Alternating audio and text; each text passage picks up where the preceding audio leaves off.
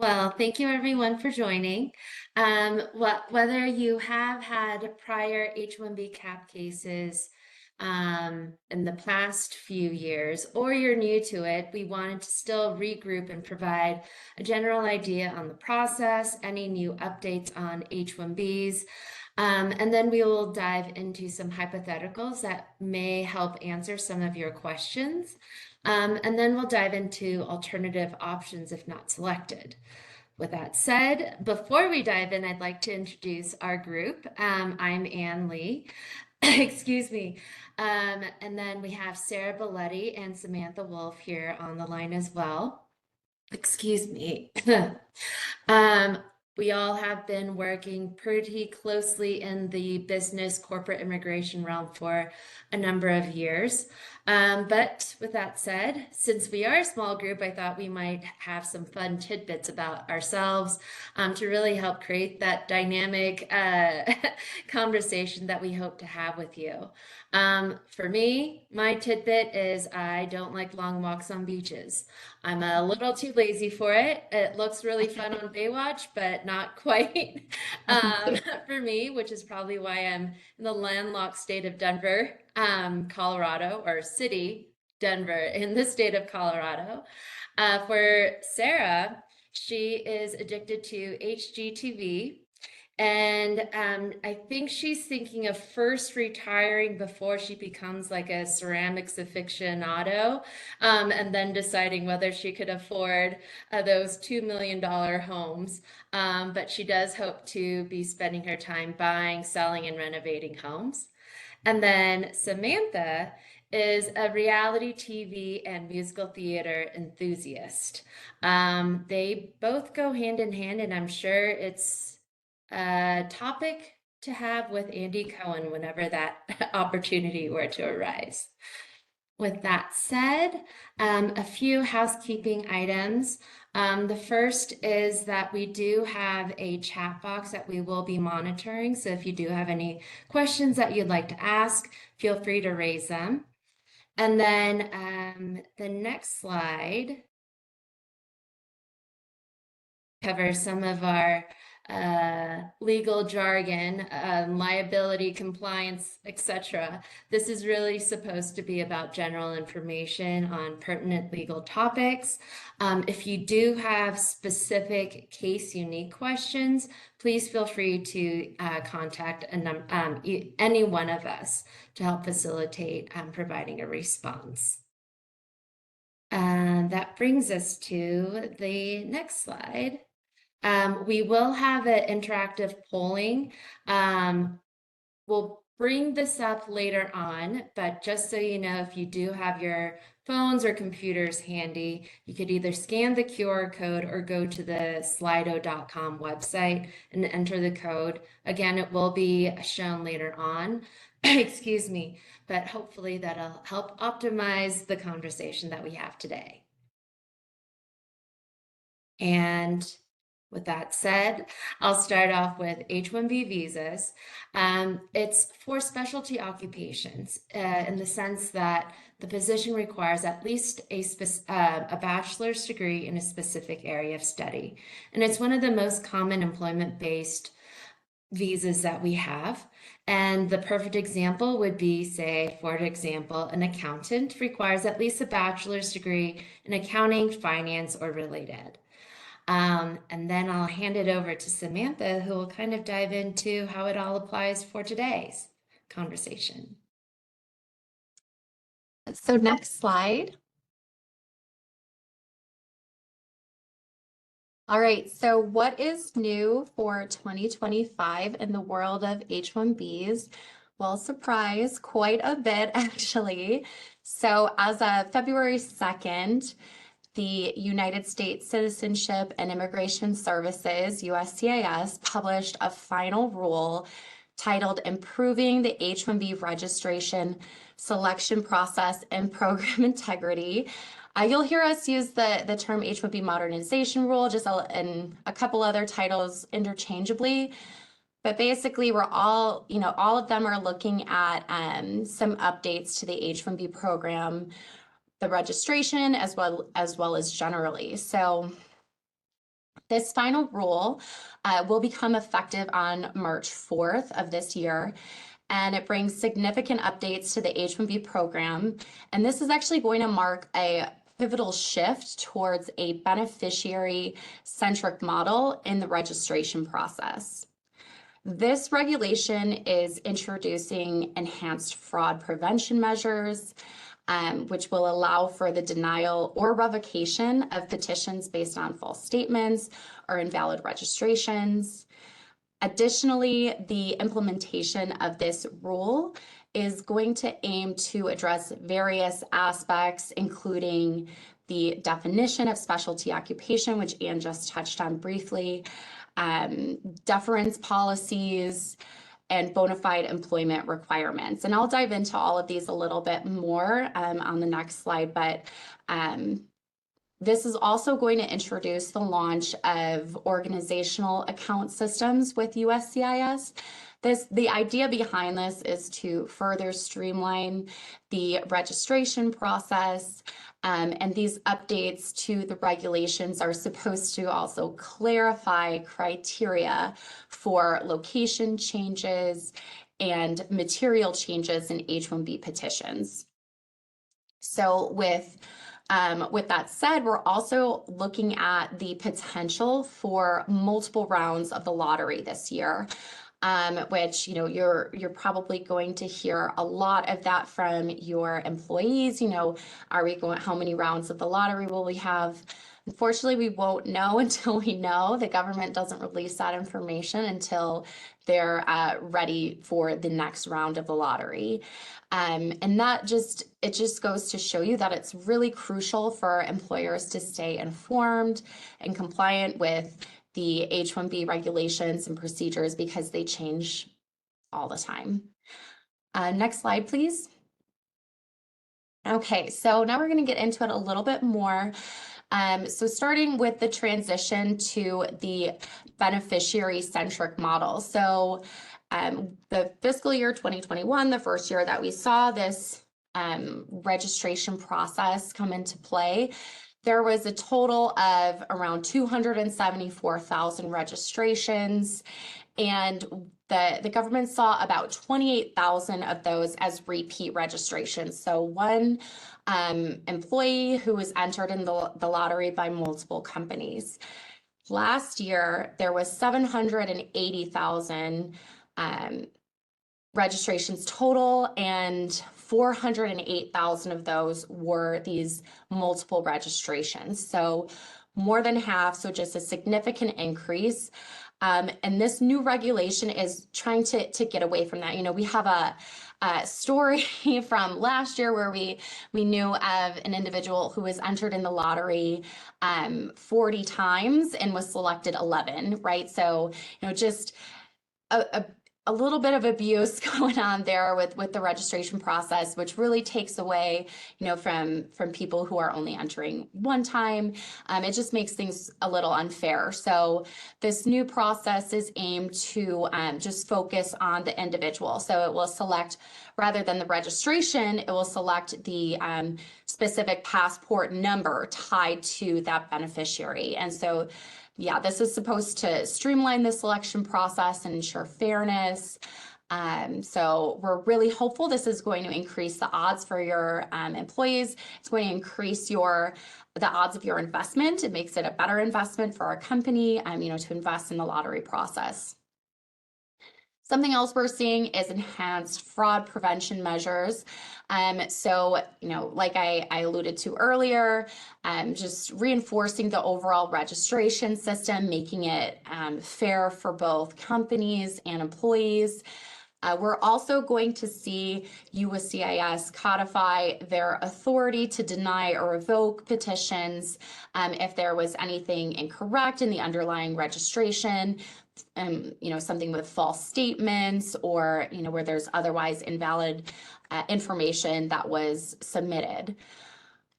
So we're also seeing the H-1B program update the specialty occupation definitions. So it's going to be more specific. previously, with regards to H-1B deference policies, where the government said, okay, we'll give deference to prior petitions that were approved.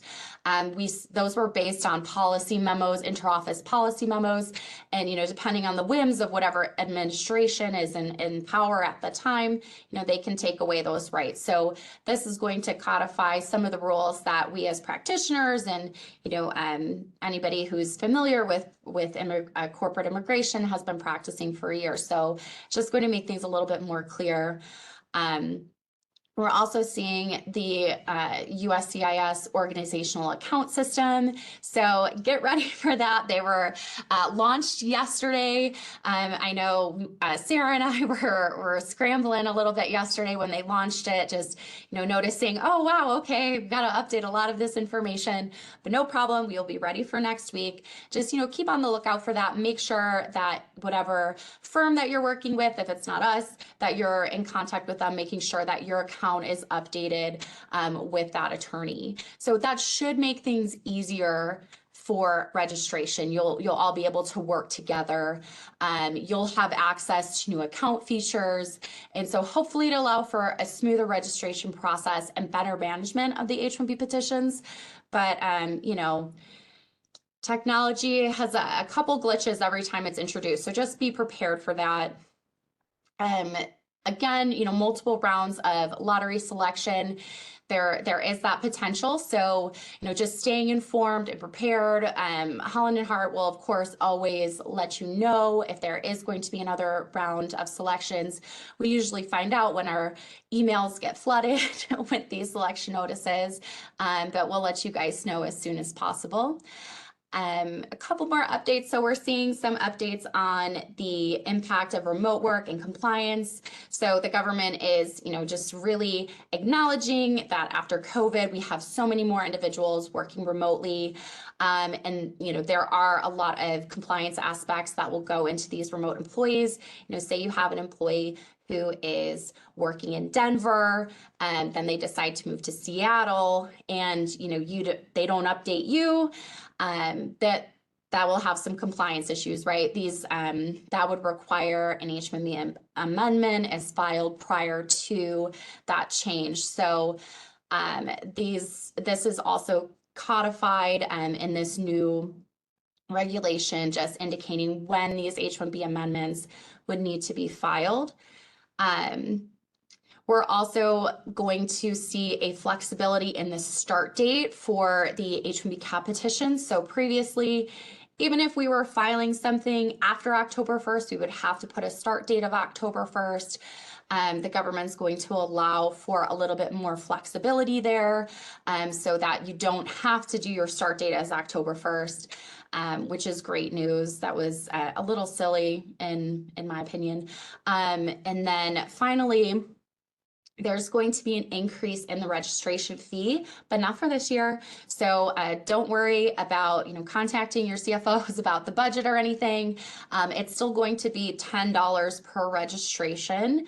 Of course, separate from whatever legal fees you guys are paying. But next year, the fee to register is going to be $215 per individual. So just something to keep on your minds for next year's budget. Okay, next slide. This is Okay, great. Thanks, Samantha, for that very informative update about all the new things that have come out in the last several months. With all of those things in mind, I think now we're going to talk about the process itself and why we're even talking about H-1B registration. And the reason that we're talking about this registration period that's going to occur from March 6th to March 22nd this year is because there's a limit to the number of H-1B visas that are given out each year that's mandated by Congress, and that limit is 65,000.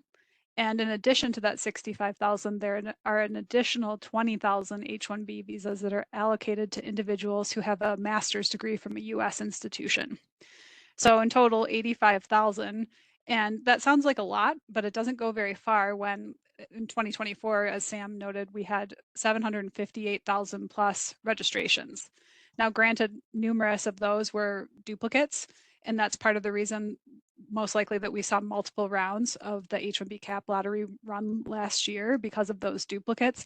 It's still a demand that far outstrips the number of visas that are available. So to deal with that, USCIS, United States Citizenship and Immigration Services, conducts this lottery where any employer who wants an H-1B visa for one of their employees submits a registration for them during the period, which is March 6th to March 22nd this year. And then USCIS will notify us of the results of that lottery that they run around March 1st. Sometimes it's a couple of days in advance. I think last year it was March like 27th or so. This year we anticipate something similar. And then all the employers and their counsel, if they have counsel, will be notified of who is selected by email.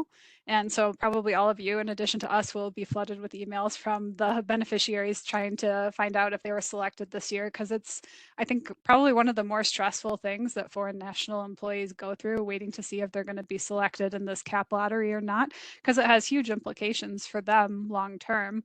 If they are selected and can transition into H-1B status, they know that then they're going to have the ability to live and work in the US for at least 6 years. That's usually how long someone can hold H-1B status. There are some exceptions to that, which we'll probably talk a little bit more about later. But it's a huge thing for most of this population of workers. And I mean, I've had employees in the past break into tears in the past when I've told them they were selected or not selected, as the case may be. So it's a pretty emotional thing. In terms of the 65,000 cap limit with the additional 20,000 for individuals with US master's degrees, a question I know I get all the time from employers is, well, why don't we just raise the limit? Which, that's a great question. I think all of us would love to know the answer to that. It has been raised in the past, but the last time it was higher was in 2002 and 2003, where it was raised by Congress to 195,000. That was unfortunately, I think, before any of us were in practice. I would love to see it increase to that in the future. If you agree, please call your congresspeople. Okay, next slide, please. Okay, let's talk about the electronic registration process itself.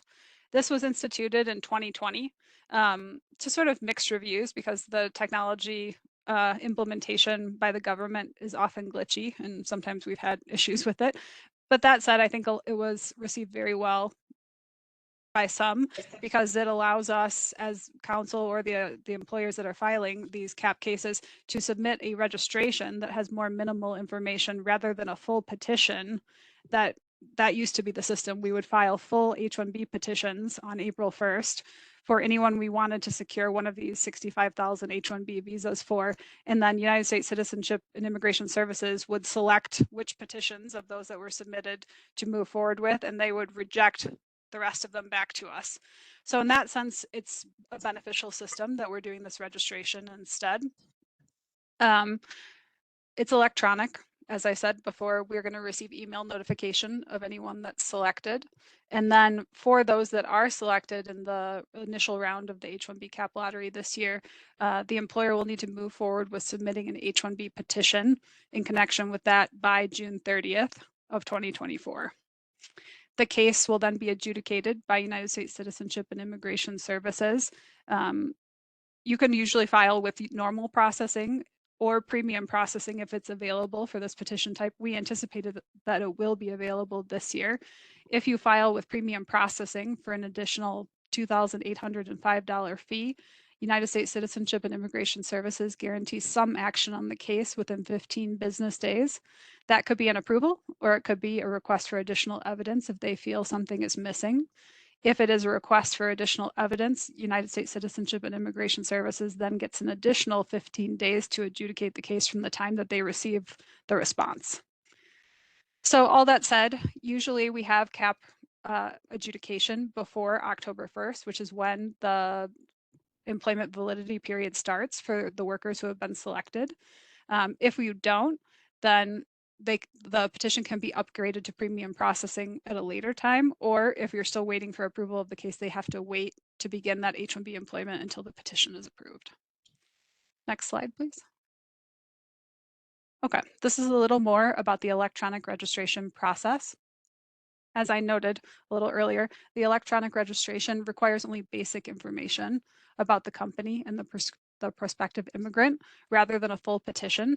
One key thing that Sam noted is that this year, the registrations are going to be selected based on the beneficiary's unique passport information. So that's going to be very crucial this year. And the passport information that's entered in the registration has to be a valid passport, and it also has to be the one that the individual plans to enter the US on if they're outside the US. So this is only really probably a consideration if someone has multiple passports. So that just might be something to keep an eye on if someone's a dual national. So as Sam also noted, based on the new H-1B modernization rule and the effort to combat the multiple registrations, employers may not submit more than one registration per foreign national this year. USCIS has also noted that they plan to monitor the employers selected for lottery visas to see if they've actually filed to avoid abuse. This is again kind of stemming out of previous years where they've seen gigantic increases in the number of registrations based on companies, like for example, submitting registrations for a particular employee with multiple different corporate entities. If it's a company that has a group of companies, that's something that I think has been happening in the past several years. They would submit a registration for that person based on every corporate entity they have to try and up the chance of selection.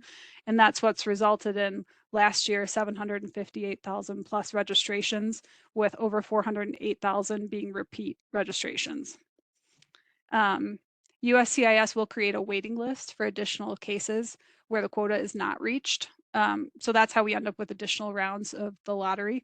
And it's just as soon as the government reaches their full quota, the 65,000 plus the additional 20,000 for individuals with US master's degrees, they will not conduct any additional rounds. But until they reach that point, they will continue to select. The later rounds of the cap lottery, this is something I know I'm asked all the time. The initial round is the big selection. And then if there is a second or a third round of the H-1B cap lottery, typically that's a much smaller number that they're pulling for. So the chance of selection, I would say, gets exponentially lower as we go on. And those additional rounds, if they occur, will have a much lower chance of selection. Next slide, please. Okay, so what is the normal population of individuals that we're looking at for these H-1B visas? The primary one that we see over and over again is foreign national students that are here that have recently graduated, typically from a US bachelor's or higher level degree program, such as a master's degree or a PhD. In those circumstances, once a foreign national student has graduated from a program, they are typically issued employment authorization called OPT, or optional practical training, for at least 1 year. In addition to that 1 year period, individuals who have graduated in STEM programs, so science, technology, engineering, mathematics, also medical related ones often, qualify for an additional 2 year extension so that they may be able to work for a US employer for up to 3 years. For each of those years that they're working on OPT or STEM OPT, I think our recommendation is always to the employer, let's register them every year, because we want more bites at that apple to try and get selection in the H-1B cap lottery. Someone on their initial 1 year of OPT may not be selected, but we still want to try, and then we'll try again in year 2 and year 3 if we need to. So for each of those years, ideally, the employer submits an electronic registration to USCIS in the process we just talked about. And then if selected, the employer submits the H-1B petition between April 1st and June 30th of that year. Once that occurs, USCIS issues a receipt notice. And for individuals that are working on F1 OPT, if that OPT expires after April 1st of that year, they will have continuation of work authorization and ability to stay in the US under something called the cap gap regulation. We'll talk more about that later. But the important thing to note is if the person has OPT at least till April 1st of the year that we're talking about, they'll be able to stay all the way till October 1st if they're selected in the cap lottery. And then once the petition is filed and we receive the receipt notice, usually 3 to 5 months later, we receive the decision on the H-1B petition, or it could be as quickly as within 15 business days if we filed using premium processing. And then once that petition is approved, the individual can begin working in H-1B status on October 1st of that year. Most of these petitions will be filed as change of status, meaning that the individual will automatically transition into H-1B status on October 1st. Some, however, may be filed for consular notification instead. That's usually based on some strategic considerations that, we typically walk our clients through, or, would be happy to talk if anyone has questions. And if it's consular notification, the foreign national is either already outside the US or will depart the US to obtain an H-1B visa at a US consulate or embassy abroad. And then they will enter the US on October 1st or within 10 days right before it, and they can then begin working on October 1st in H-1B status. Next slide, please. Okay, and then I think Anne's going to talk to us more about cap gap. Great, thanks, Sarah. So, excuse me, we have a few hypotheticals, and after this slide, it'll get back to those the slido.com instructions. But the first hypothetical has to do with what Sarah just talked about in terms of cap gap. So an example is Lucy is on an F1 OPT, the student visa that expires February 21st, 2024, or I guess in our scenario, expired. If she's selected in the H-1B cap lottery, can she keep working? So here are the options. On the next slide, we'll have the details if you didn't already log into slido.com or scan the QR code. And if you could input your answers, I'll provide the real answer shortly.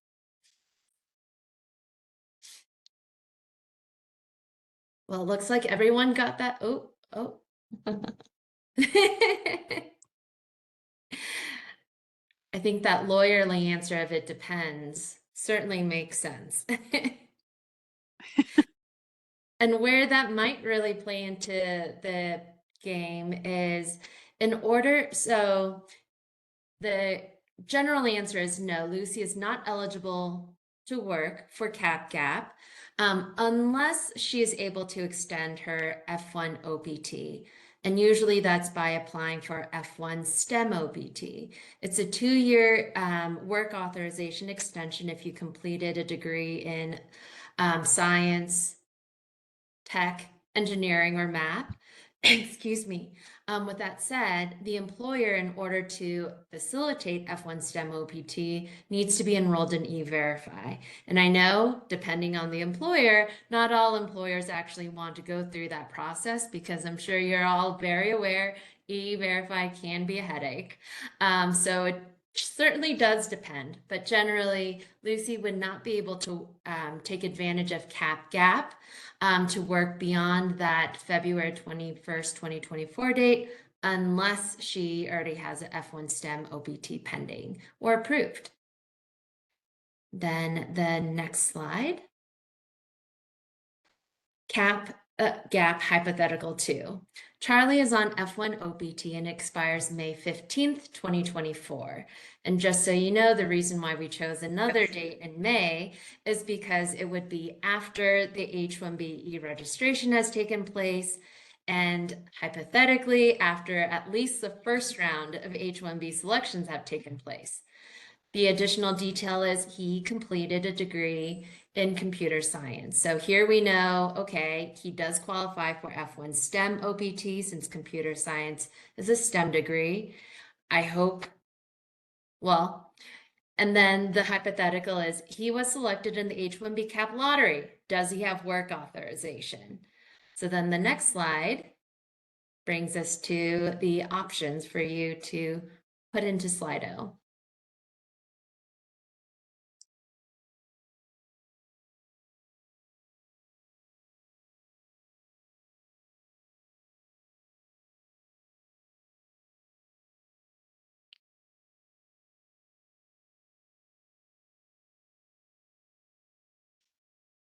So here, in theory, if he was selected, and the additional caveat is that we filed his H-1B petition and we're not waiting until after May 15th to file, which I know Sarah, Samantha, and I are very particular about tracking expiration dates. So in theory, that should not be happening. But so long as he's selected and the H-1B petition is filed prior to May 15th, he would be able to take advantage of cap gap.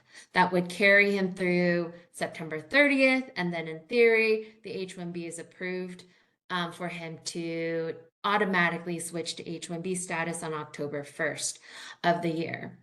With that said, typically, even in the scenario when someone may be selected for the H-1B lottery and files, we would highly recommend filing for that F1 STEM OPT extension anyway, because who knows what may happen.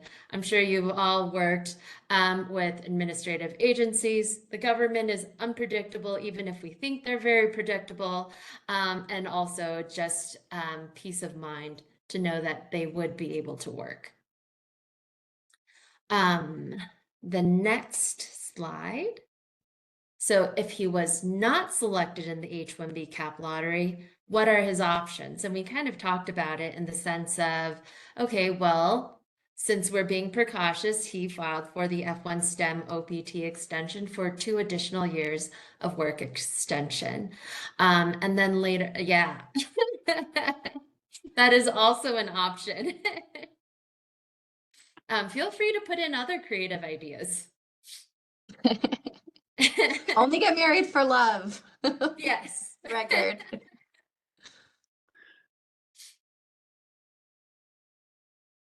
Yes, especially since you have to stay married to the person for immigration purposes for quite a while for it to be effective. I wonder if participating in Love is Blind at the right timing would help.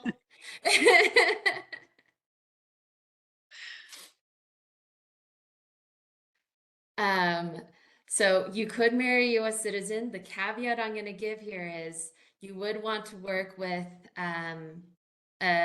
or they likely would want to work with an attorney that strategically times when the green card application is filed, even if it is a family-based petition, so that they can get a work authorization card in time so that it doesn't cause problems with that May 15th expiration. What likely would happen is that the lawyer would suggest them to file for the F1 STEM extension. Once that's approved, then file the family-based green card based off of the marriage to a U.S. citizen. So still not an easy answer, but a doable answer. And then we'll also be discussing additional alternatives after later on in our panel. That brings us to the next slide. We kind of talked about these. If F1 OPT status expires between April 1st and October 1st, and the petition has been timely filed and not denied, then the cap gap regulation effectively extends their status from whenever they expire, say, for example, in Charlie's case, May 15th through September 30th. If F1 OPT or STEM OPT expires between February 1st and April 1st, then cap gap authorizes stay until October 1st, but not necessarily employment. And then F1 STEM OPT is that 2-year extension available regardless of whether there's a selection in the lottery process. Next slide, please. Okay. So this is a situation that we see a lot. Julie is on an F1 STEM OPT and it expires May 15th, 2024. She is not selected in the H-1B cap lottery again, and she is asking if you can start a green card process for her. What should you do? So for a lot of your individuals who are not selected in the lottery, maybe they haven't been selected multiple years in a row.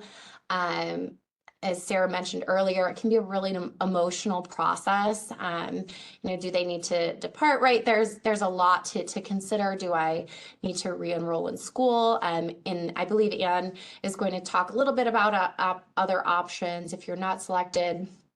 But something we hear all the time is, should I start a green card process for this person? So you absolutely can, but it's really important to remember that the green card process alone is not, 1, going to keep them in the US, and 2, not going to give them work authorization. Next slide. So when we talk about starting a green card process for them, typically we're referring to the perm process, which is, working through the Department of Labor to obtain that green card for an employee. And it takes quite a long time. We're looking at around 2 to 2.5 years before, we would even be close to getting that person status in the U.S. and work authorization in the U.S. So while, for that 2.5 years, they would need some kind of other underlying status. Ideally work authorized status, right? So that they could continue working for you, especially if you're investing in this process, which is quite expensive and time consuming. So all that to say, this is probably a question that you're going to get from your employees later on this year. Can you start the green card process for me? And it's just going to need to be a decision that you guys weigh. Are we going to invest this amount of money in this person?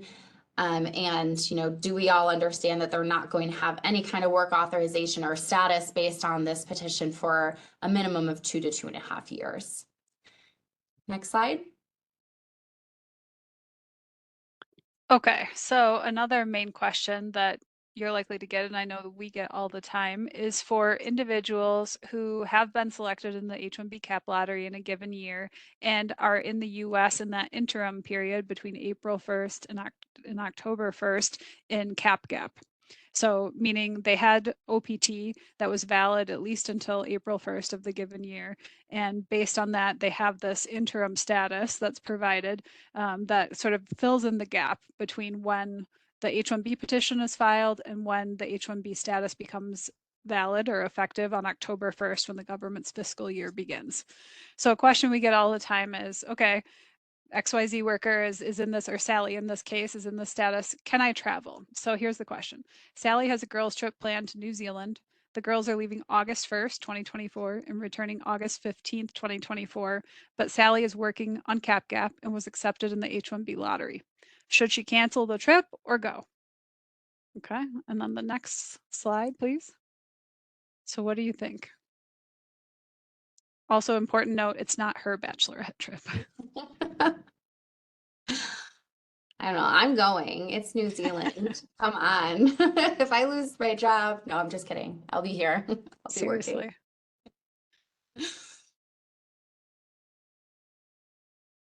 Okay, so it looks like the majority of everybody got it right. So no, she should not travel while she's in cap gap status. And the rationale behind that is essentially that the H-1B petition in this circumstance is filed as a request for change of status, meaning that Sally will automatically transition into H-1B status on October 1st. If she travels internationally before that happens, United States Citizenship and Immigration Services can consider her to have abandoned that request for a change of status because she's no longer in the US. And that could result in her having to wait outside the US until very close to October 1st to obtain an H-1B visa. And then she could enter the US in H-1B status at earliest 10 days before October 1st. And she couldn't start working in H-1B status until October 1st. Okay, next slide, please. So this is essentially what we just talked about. H-1B cap selectees should not travel internationally if they're using cap gap, because they likely will not be able to re-enter the US in F1 status. They'll instead have to obtain an H-1B visa, and the earliest they'll be able to return to the US is 10 days in advance of October 1st. So this is something we want to avoid, right? We don't want anyone to have an unwelcome surprise where they're stuck outside the US, or worse yet, turned away from the US border when they present to Customs and Border Protection at an international airport or a land border, and they can't re-enter on their F1 visa. Okay, next slide, please. Okay. And that brings us to H-1B cap alternatives. One of the things I would note here first is it may be best to first wait and see if the selection happens, because like I noted, Sarah, Sam, and I are pretty diligent about checking where the expiration dates lie, if they're STEM eligible, and so forth. Excuse me. But if all efforts have been exhausted, and maybe some individuals are already asking some of these questions, we do have some alternatives that may be options. The first is an L1 intracompany transferee visa.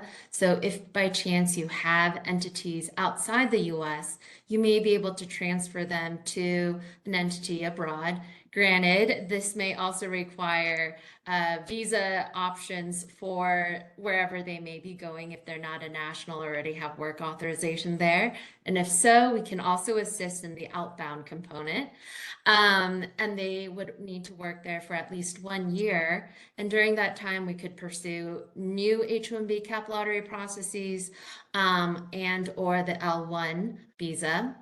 The O1 visa is extraordinary ability. A lot of people may raise this because they first do an initial Google, and then the criteria says things like, oh, you have publications and awards and so forth. Oftentimes, someone with like a master's or a PhD may say, oh, well, I have a publication, so I qualify. And we would typically say, well, were the publications and awards as part of the degree completion? If so, that probably doesn't qualify. So I'll it is also, oh, sorry, Anne. I just wanted to add in and say, this is going to be for your top 1% of the field. So if you have somebody who just graduated, maybe, they're like, oh, I have this award from my school for, best paper in the whole school. USCIS does not care about that kind of thing. So, it's going to be it's rare enough for anybody to qualify for this type of visa, but it's especially rare for new grads. Yes, I did exactly. one for a NASCAR driver. I don't know if either of you have had interesting ones. I Would did he one have for a dog qualified for an trick trainer. H-1B? Did you say dog trainer? Yeah, she taught her dog how to zip himself up into his suitcase. That's impressive. It was the coolest one I've ever done. Nice. Wait, does a dog qualify or the person? We did Joint get him a application. passport, but I don't think that it would have qualified for under CBP, so. The most common one that we've already talked about a lot is the F1 STEM extension. I don't see it listed here, but F1 CPT may also be an option where they kind of re-enroll in school and enroll in a school that allows for a work authorization while they're enrolled. Um, there's some sketchy academic institutions that offer this, but there's also reputable institutions that do offer this. So that may be a great opportunity. Granted, it does include paying tuition. With that said, I understand some businesses have a sort of tuition reimbursement program or a scholarship program, so that may be an avenue that the individual could pursue. There's the J1 training or internship program. Um, excuse me, a B visitor visa. They can't work, but at the very least, they could remain in the US until they collect their belongings and figure out what solutions that they may be able to take advantage of. The e-treaty investor visa, your business needs to be majority owned by the nationality that ties in with countries that are part of the treaty visa. So it is a little more specific. And then other treaty visas like the E3 for Australian nationals. It's very similar to an H-1B, but you don't have to go through the lottery process.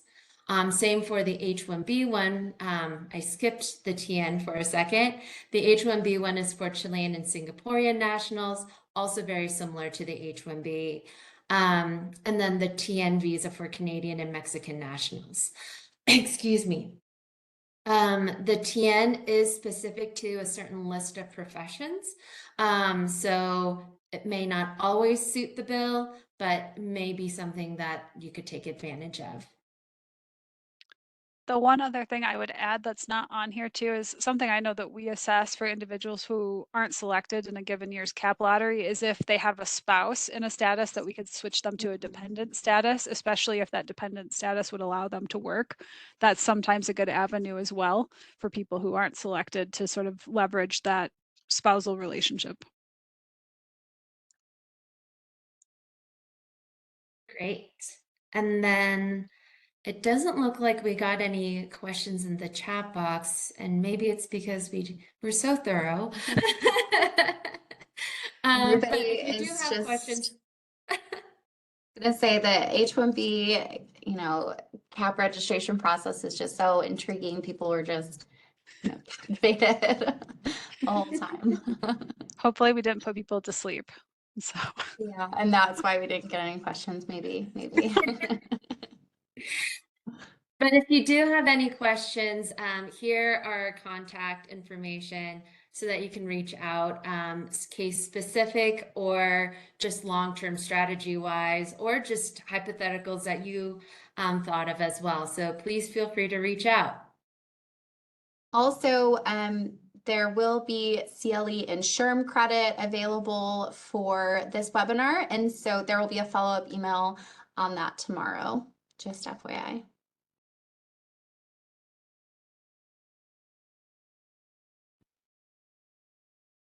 Great. Well, thank you, everyone. thank you.